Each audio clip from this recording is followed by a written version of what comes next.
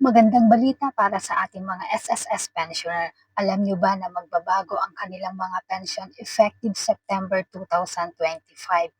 Kaya't alamin natin kung sino-sinong mga pensioner ang matataasan ng pension starting September 2025. 3 years silang mag increase ng pension. So ipapakita ko sa inyo ang pension reform press statement ng SSS sa President Ralph G. Recto. Sinasabi dito na SSS to roll out historic pension reform program starting September 2025. 3-year pension increase to benefit all types of pensioners. O, di ba? Napakagandang balita. At ito ay magsisimula sa September 2025. Andito ang kanya, September 2025 for pensioners as of August 31, 2025. Yung mga nagpe-pension na ng August 31, 2025, yung mga pensioners, makakatanggap na sila kapag sila ay retirement and disability pensioners, makakatanggap sila ng 10% increase. At saka ang mga death or survivor pensionaries, 5% increase naman ang kanilang matatanggap. Ito ay implemented in 3 annual tranches every September. So sa September 26, makakaroon din sila ng 10% increase. O kaya yung 5% increase para sa mga death or survivor pensioners until 2027. All pensioners as of August 31, 2027, meron ding 10% increase at 5% increase. So kapag ikaw ay hindi pa nagpe-pension ngayon, effective pa lang ang pension mo sa next year, 2026, meron ka na agad na 10% increase. So after 3 years, pensions will have increased by approximately 33% for entire disability pensioners and 16% for death or survivor pensioners. Magandang tulong. May tulong din ito sa ating mga pensioners dahil 10% ang increase yearly at 5% naman para sa mga death or survivor pensioners. Meron din silang ibinigay na sample pension increases simula 2025 to 2027 at ito ang ating ipapakita. Ang pagtataas ng SSS pension ay siguradong magpapasigla sa lahat ng mga pensyonado sa pamamagitan ng inclusive benefit adjustment, pagbawi mula sa inflation at pagtataguyod sa halaga ng pagtatrabaho, pag-iipon, pamumuhunan at pag-unlad. Ito ang kanilang sample calculation ng kanilang pension. Type of pensioner, kapag retirement at nagpe-pension ng minimum. Ang current pension is 2,200 ngayon.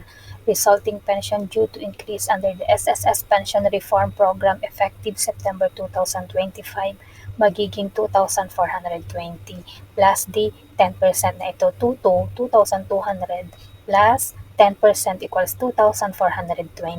Sa September 2026, magiging 2,662 at sa September 2027, magiging 2,928.20. So, simula noong 2025 hanggang 2027, meron silang increase monthly na 728.20, equivalent to 33.10% increase from current pension to September 2027 pension.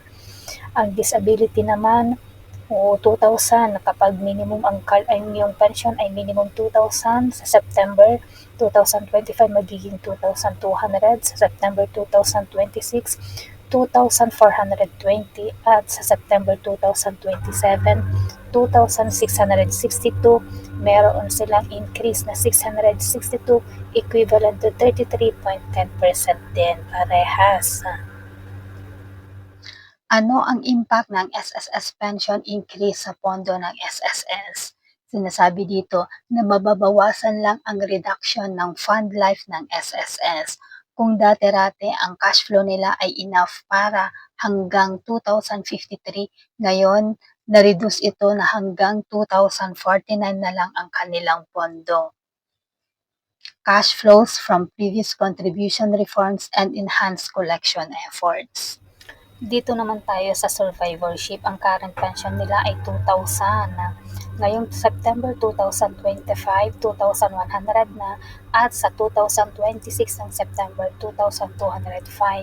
Sa September 2027, magiging 2,315.25. Meron silang total na 315.25 na increase, equivalent to 15.8% increase from current pension to September 2027 pension.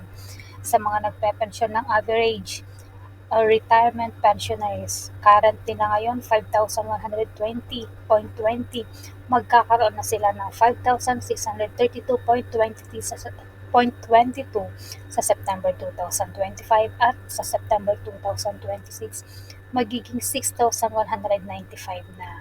At September 2027 magiging 6,814 na. Magkakaroon sila ng 1,694.75 na increase, equivalent to 33.10%. So, continue natin ang disability na nagpe-pension ng average. Ang current pension nila 4,963.70. Sa September magiging 5,460 na at sa 2026 ng September 6,006. Sa September 2027 magiging 6,606. Total na 1,642.98 ang magiging increase nila sa loob ng 3 taon, equivalent to 33.10%. Sa survivorship na nagpe-pension ng average, ang current pension nila ng June 2025, 4,170.97. Ngayong September 2025, magiging 4,379.52. Sa September 2026, magiging 4,598.49. At sa September 2027, magiging 4,828. Total na increase nila 657.45 or equivalent to 15.8% increase from current pension to September 2027 pension.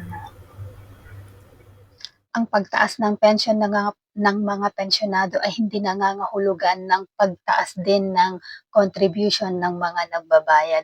Hindi gaya dati na noong 2017 na nag-require sila ng contribution increase to restore the financial stability of the SSS fund. At ang mga pensioner na tumatanggap ng pinakamataas na retirement pension 2025 ng June, 22,137.25 magiging 24,000 na. At sa September 2026, magiging 26,000 plus. At sa September 2027, 29,000 plus. Meron silang increase na 7,300 plus. Equivalent sa 33.10% increase from current pension to September 2027 pension.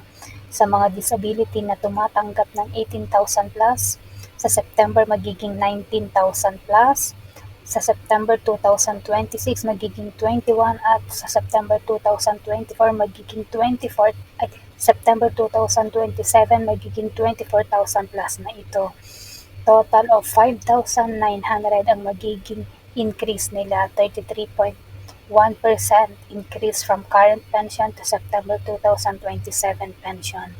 Sa mga survivorship na mataas ang kanilang pension, June 2025, 20,000. Sa September, magiging 21,000 na. At sa 2026 ng September, 22,000. Sa September 2027, 23,000. Amount ng total increase, 3,184. 15.8% ang dagdag from current pension to September 2027 pension.